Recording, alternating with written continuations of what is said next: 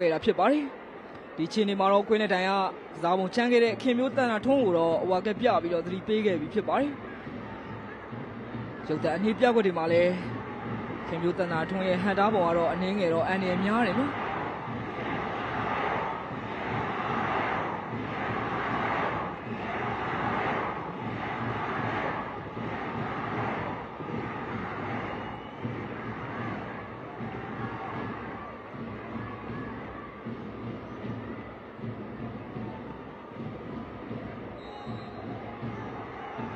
လန်ကန်လာပြီ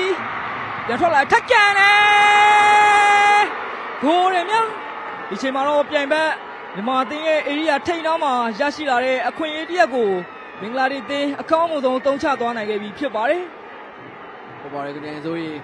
ရရှိလာတဲ့လွတ်တဲ့ကံပေါ်ကနေလူတိုင်းကိုထိပြီးတော့ပြန်ထွက်လာတဲ့ဘောလုံးကို Ritu Corner